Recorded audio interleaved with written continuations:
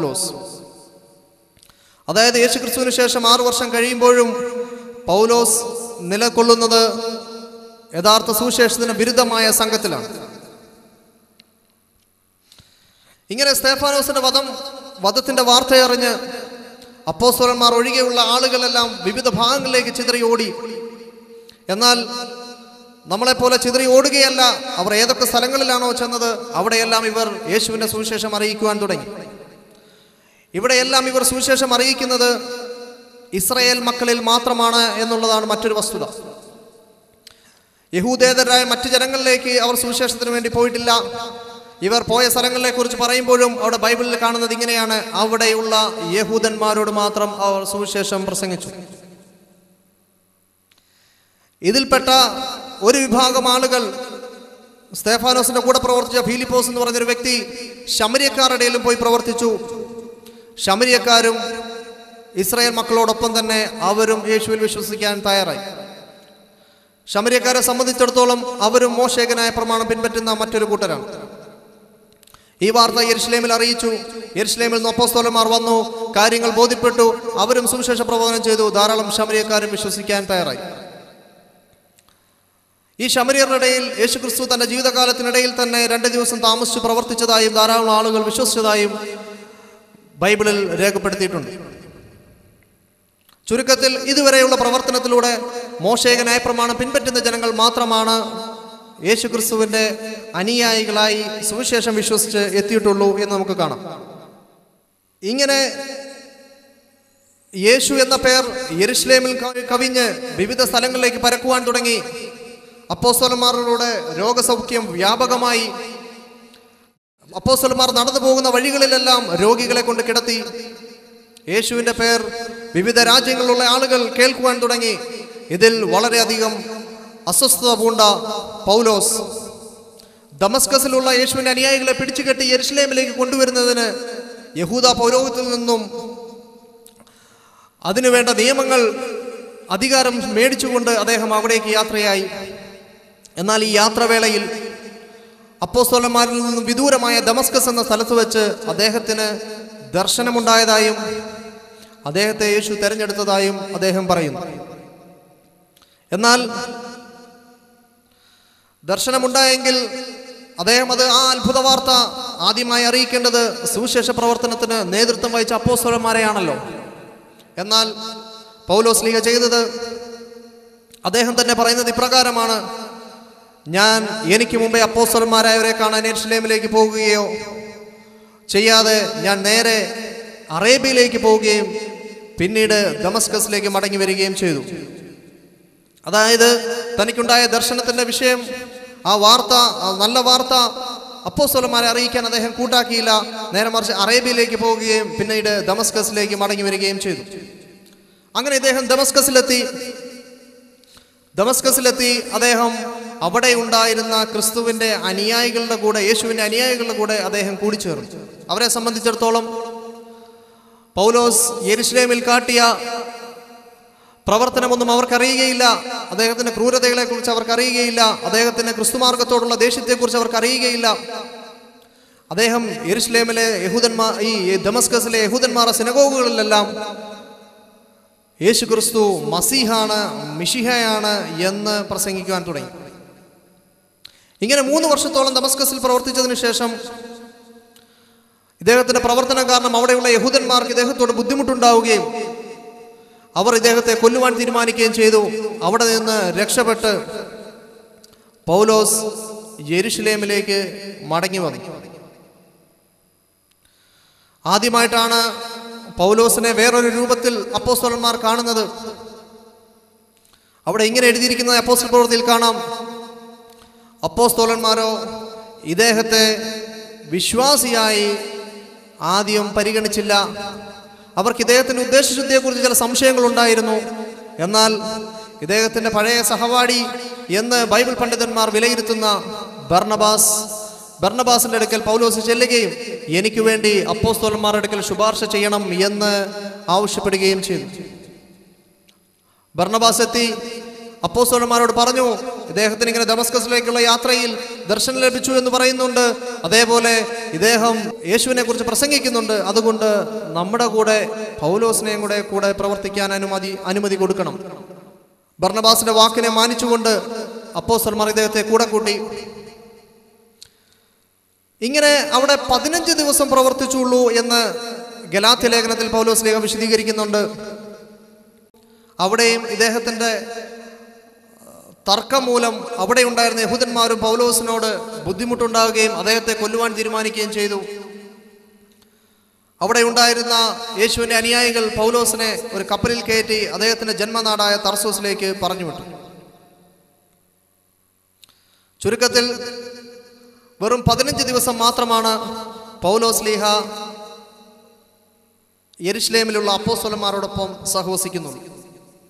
ഇങ്ങനെ ആദ്യ പതിറ്റാണ്ട് കഴിഞ്ഞു.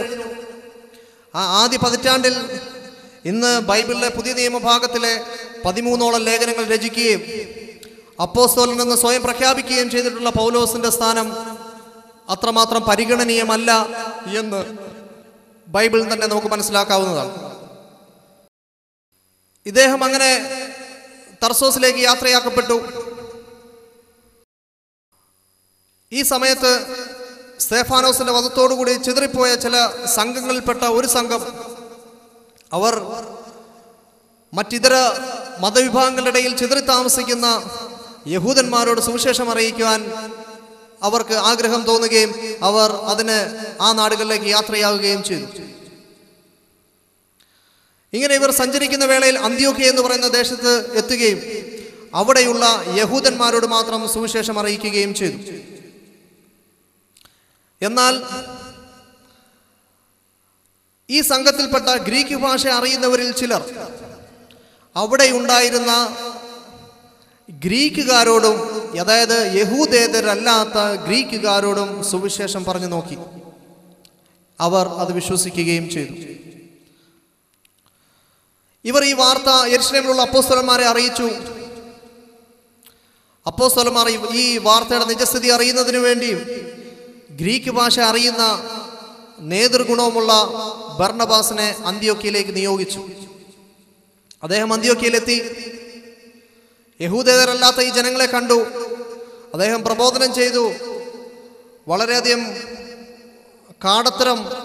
കാട്ടാളത്തരത്തിൽ ജീവിക്കുന്ന ആ ആളുകൾ അതെല്ലാം ഉപേക്ഷിക്കുവാനും യേശുക്രിസ്തുവിനെ വിശ്വസിക്കാനും അതിനനുസരിച്ച് ജീവിതത്തെ ക്രമപ്പെടുത്താനും അവർ തയ്യാറായി. ബർണബാസിന് അവിടെ അധികം പ്രവർത്തിക്കുകയും അവിടുത്തെ പ്രവർത്തനം വിജയമാണെന്ന് തിരിച്ചറിയുകയും ചെയ്തു. ഇതിന് കൂട്ടായി ഒരാളെയും കൂടെ ലഭിച്ചാൽ ഇവിടുത്തെ പ്രവർത്തനം സുഗമമായി മുന്നോട്ട് പോകാൻ സാധിക്കുമെന്ന് അദ്ദേഹം മനസ്സിലാക്കുകയും തർസോസിൽ ഒറ്റയ്ക്കായിരിക്കുന്ന പൗലോസിനെ അന്വേഷിച്ച് അദ്ദേഹം അവിടേക്ക് യാത്രയാവുകയും ചെയ്തു. അങ്ങനെ ഗ്രീക്ക് ഭാഷ അറിയുന്ന പൗലോസിനെയും ക്ഷണിച്ചുകൊണ്ട് ബർണബാസ് തിരിച്ച് അന്ത്യോക്യയിലേക്ക് എത്തി. ഏതാണ്ട് 1 വർഷത്തോളം അവർ അവിടെ ശക്തമായ പ്രവർത്തനം ചെയ്തു. ധാരാളം യഹൂദരല്ലാത്ത മറ്റാളുകൾ, യഹൂദേതരായ മറ്റു ജനങ്ങൾ യേശുവിൽ വിശ്വസിക്കാനും സുവിശേഷം അംഗീകരിക്കാനും തയ്യാറായി വന്നു. ഇങ്ങനെ ഇവർ അംഗസംഖ്യ വർദ്ധിച്ചവിടെ ഇവർക്ക് മറ്റുള്ള യെരുശലേം സഭയിൽ നിന്നും വിവിധ സ്ഥലങ്ങളിലുള്ള അപ്പോസ്തല സഭകളിൽ നിന്നും ഒരു വ്യത്യാസമുണ്ട്. ഇവർ മോശേക ന്യായപ്രമാണം അനുസരിക്കുന്നവരല്ല, അവർ ചേലാകർമ്മം ചെയ്യുന്നവരല്ല, അവർക്ക് യഹൂദ സിനഗോഗുകളുമായി ദേവാലയങ്ങളുമായി യാതൊരു ബന്ധവുമില്ലാത്തവരാണ്. സ്വാഭാവികമായും യഹൂദന്മാരെ സംബന്ധിച്ചിടത്തോളം ചേലാകർമ്മം ചെയ്യാത്ത ആളുകളെ അവർ ദേവാലയത്തിൽ പ്രവേശിപ്പിക്കുകയില്ല. അതുകൊണ്ട് തന്നെ അന്ത്യോക്യയിൽ രൂപപ്പെട്ട ഈ യഹൂദേതര സഭയിലെ അംഗങ്ങളും യെരുശലേം ദേവാലയത്തിൽ പോകുന്നവരല്ല. സ്വാഭാവികമായും ഇവർക്ക് പുതിയൊരു പേരാണ് ആവശ്യമായി വന്നു. അതുവരെയും യഹൂദന്മാരിൽപ്പെട്ട ആളുകളാണല്ലോ വിശ്വസിച്ചിരുന്നത്. അവരെയും യഹൂദന്മാർ യഹൂദ മതത്തിന്റെ ആളുകൾ എന്നാണ് പരിഗണിച്ചിരുന്നത്. എന്നാൽ ഇപ്പോൾ പുതിയൊരു കൂട്ടായ്മയാണ് രൂപപ്പെട്ടിരിക്കുന്നത്. അവർ യഹൂദന്മാരുമല്ല, എന്നാൽ ബഹുദൈവ വിശ്വാസികളാണോ അതുമല്ല. പുതിയൊരു രൂപം. അവർ യേശുവിനെ വിശ്വസിക്കുന്നു, എന്നാൽ അവർ ന്യായപ്രമാണം അനുസരിക്കുന്നില്ല. ഈ ഒരു വിഭാഗത്തെ അവിടെയുള്ള അന്ത്യോക്യയിലെ ജനങ്ങൾ പുതിയൊരു പേരിട്ട് വിളിച്ചു. ആ പേരാണ് ക്രിസ്ത്യാനി. അവിടെയുള്ള ജനങ്ങൾ ആ ജനസമൂഹത്തെ പൗലോസിന്റെ ബർന്നബാസിന്റെ നേതൃത്വത്തിൽ കീഴിൽ ജീവിക്കുന്ന ആ സഭാംഗങ്ങളെ അവർ വിളിച്ചു ക്രിസ്ത്യാനി. ഇങ്ങനെ ക്രിസ്ത്യാനികളുടെയും അംഗസംഖ്യ പെരുകി. അപ്പുറത്ത് അപ്പോസ്തലന്മാരുടെ യെരുശലേം സഭയിലും ആളുകൾ ധാരാളമായി കൂട്ടം കൂട്ടമായി സ്വീകരിച്ചു കൊണ്ടേയിരുന്നു. ഇങ്ങനെ കാലം മുന്നോട്ട് പോകുന്ന വഴി അപ്പോസ്തലന്മാരുടെ അനുയായികളിൽപ്പെട്ട ചില ആളുകൾ അവിചാരിതമായി പൗലോസിന്റെ ബർന്നബാസിന്റെയും ഈ സഭയിൽ എത്തിപ്പെട്ടു. അവർക്ക് ഇവിടെ വന്നപ്പോൾ വലിയ ആശ്ചര്യം തോന്നി. ഇവിടെയുള്ള ആളുകൾ യേശുവിനെ മസീഹായിക്കൊണ്ട് ക്രിസ്തുവായിക്കൊണ്ട് അംഗീകരിക്കുന്നവരാണ്. എന്നാൽ മോശേക ന്യായപ്രമാണം അവർ അനുസരിക്കുന്നില്ല, അവർ ചേലാകർമ്മം ചെയ്യുന്നില്ല. രക്ഷയ്ക്കുള്ള മാർഗമായി അപ്പോസ്തല സഭ കാണുന്ന ഇതൊന്നും അവർ ചെയ്യുന്നില്ല. പൗലോസും ബർന്നബാസും അടങ്ങുന്ന ഒരു സംഘത്തെ നമുക്ക് യെരുശലേമിലേക്ക് അയക്കാം. ഇവിടെ വന്ന് പ്രശ്നങ്ങൾ സൃഷ്ടിച്ച അപ്പോസ്തല അനുയായികൾ അതേ നിലപാട് തന്നെയാണോ അപ്പോസ്തലന്മാർക്കും എന്ന് നമുക്കറിയണം. അങ്ങനെ അവർ സംഘത്തെ തിരഞ്ഞെടുക്കുകയും പൗലോസും ബർന്നബാസും അടങ്ങുന്ന ഒരു സംഘം യെരുശലേമിലേക്ക് പോവുകയും ചെയ്തു. ഈ വിഷയം അപ്പോസ്തല പ്രവൃത്തി 15-ാം അധ്യായത്തിലും ഗലാത്യ ലേഖനം 2-ാം അധ്യായത്തിലും വിശദീകരിച്ചിട്ടുണ്ട്. സ്നേഹ സംഭാഷണങ്ങളൊക്കെ കഴിഞ്ഞു. അവിടെയുള്ള ഇവരുടെ പ്രവർത്തനത്തെ അവർ ചോദിച്ചു. അവർ കാര്യങ്ങൾ വിശദീകരിച്ചു പറഞ്ഞു. ഈ സമയം അന്ത്യോക്യ സഭ സന്ദർശിച്ച അപ്പോസ്തല അനുയായികൾ കാര്യം പറഞ്ഞു. കാര്യങ്ങളൊക്കെ ശരിയാണ്, പക്ഷെ ഇവർ മോശയുടെ ന്യായപ്രമാണം ഇവർ അനുസരിക്കുന്നില്ല. അതുകൊണ്ട് ഉടൻ തന്നെ ഇവരോട് ന്യായപ്രമാണം അനുസരിക്കാൻ പറയണം, പരിച്ഛേദന കർമ്മമൊക്കെ ചെയ്യാൻ ഇവരോട് പറയണം എന്ന് അവർ അപ്പോസ്തലന്മാരോട് ആവശ്യപ്പെട്ടു. ഈ വിഷയത്തെക്കുറിച്ച് പൗലോസ് ലേഖ പറയുന്നത്, ഞാൻ അവർക്ക് ഒരു നാഴിക പോലും ഞങ്ങൾ വഴങ്ങിക്കൊടുത്തില്ല. ഞാൻ അവരോട് രൂക്ഷമായ തർക്കം തന്നെ ഉണ്ടാക്കി. തർക്കമായി അപ്പോസ്തലന്മാർ വിഷയത്തെ ശ്രദ്ധിച്ചുകൊണ്ടേയിരുന്നു. ഇതൊരു പുതിയ പ്രശ്നമാണ്, യേശുവിന്റെ കാലഘട്ടത്തിൽ ഉണ്ടായിട്ടില്ല. അപ്പോസ്തലന്മാരുടെ കാലഘട്ടത്തിലും ഇവർ പുതിയതായി ഇങ്ങനെ കാണുകയാണ്. മുമ്പൊക്കെ യഹൂദേതരായ ഏതെങ്കിലും ജനങ്ങൾ ഇസ്രായേലിലേക്ക് വന്ന ഏതെങ്കിലും പ്രവാചകന്മാർ മാർഗം സ്വീകരിക്കുകയാണെങ്കിൽ അവർ ചെയ്തുകൊണ്ടിരുന്നത് 2 കർമ്മങ്ങളാണ്. ഒന്ന് പരിച്ഛേദനയും മറ്റൊന്ന് സ്നാനവും. എന്നാൽ ഇതിൽ നിന്ന് വിഭിന്നമായ ഒരു കാര്യമാണ് ഇപ്പോൾ നടന്നിരിക്കുന്നത്. ഈ വിഷയത്തിൽ എന്ത് വിധിയാണ് കൽപ്പിക്കേണ്ടത് എന്ന് യേശുവിൽ നിന്നും ഒരു നിർദ്ദേശവും ഇവർക്ക് ലഭിച്ചിട്ടില്ല.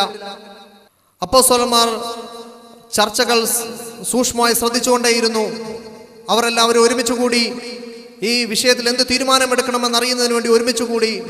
എന്നാൽ ഇവരെക്കുറിച്ചുള്ള പൗലോസിന്റെ മനോഭാവത്തെക്കുറിച്ച് ഗലാത്യ ലേഖനത്തിൽ അദ്ദേഹം തന്നെ പറയുന്നത് ഇപ്രകാരമാണ്: പ്രമാണികളായവരോ അവർ ആരായാലും എനിക്കേതുമില്ല, ദൈവമാരുടെയും മുഖം നോക്കുന്നില്ല, ഞാൻ അവരിൽ നിന്നൊന്നും പഠിച്ചിട്ടുമില്ല, ഗ്രഹിച്ചിട്ടുമില്ല. അതായത് ഈ തർക്കങ്ങളൊക്കെ കേട്ടതിന് ശേഷം വിധി കൽപ്പിക്കുന്നതിന് വേണ്ടി യെരുശലേമിൽ ഒത്തുകൂടിയിരിക്കുന്ന ആ പ്രമാണികളുണ്ടല്ലോ, അവരെ എനിക്ക് വലിയ ഗൗരവമൊന്നുമില്ല, അവർ എനിക്കേതുമില്ല. കാരണം എന്താണ്? ഞാൻ അവരിൽ നിന്നും ഒന്നും പഠിച്ചിട്ടില്ല, ഞാൻ അവരിൽ നിന്നൊന്നും ഗ്രഹിച്ചിട്ടുമില്ല. തർക്കം രൂക്ഷമായി കഴിഞ്ഞപ്പോൾ പത്രോസ് എഴുന്നേറ്റ് നിന്നു. ഒരാവശ്യം മുമ്പിൽ വെച്ചു. പത്രോസ് പറഞ്ഞു, മുമ്പ് യഹൂദനായ ഒരു കുടുംബത്തിൽ, കൊർന്നല്യോസ് എന്ന് പറയുന്ന ഒരു വ്യക്തിയുടെ കുടുംബത്തിലും ഇതേപോലെ അദ്ദേഹം സുവിശേഷം അറിയിക്കാൻ പോയ ഒരു സംഭവമുണ്ട്. അതുകൊണ്ട് യഹൂദരായ ജനങ്ങൾപ്പെട്ട ആരെങ്കിലും സത്യം സ്വീകരിച്ച് വരികയാണെങ്കിൽ നമ്മൾ തന്നെ പാരമ്പര്യമായി ചെയ്യാൻ ശ്രമിച്ചിട്ടും യഥാവിധി പൂർത്തീകരിക്കാൻ കഴിയാത്ത ന്യായപ്രമാണം അവരുടെ മേലിൽ നിബന്ധന വെക്കേണ്ടതില്ല, അവർക്ക് ആ വിഷയത്തിൽ ഒരു ഇളവ് കൊടുക്കണം എന്ന് പത്രോസ് അവിടെ ഒരാവശ്യം ഉന്നയിച്ചു. രംഗമൊന്ന് ശാന്തമായപ്പോൾ പത്രോസിന്റെ ഈ നിലപാടിനെ അനുകൂലിച്ചുകൊണ്ട് യെരുശലേം സഭയുടെ അധ്യക്ഷനും യേശുവിന്റെ സഹോദരനുമായ യാക്കോബ് ആ വിഷയത്തിൽ ഒരു തീർപ്പ് കൽപ്പിച്ചു. നമുക്ക് വിശ്വസ്തനായ പത്രോസ് മുമ്പ് പറഞ്ഞതുപോലെ അദ്ദേഹം വഴിയും ഒരു കുടുംബം, യഹൂദേതര കുടുംബം, യേശുവിനെ മിശിഹയായി അംഗീകരിച്ചിട്ടുണ്ട്. അതുകൊണ്ടും അതേപോലെ മുൻകാല പ്രവാചകൻ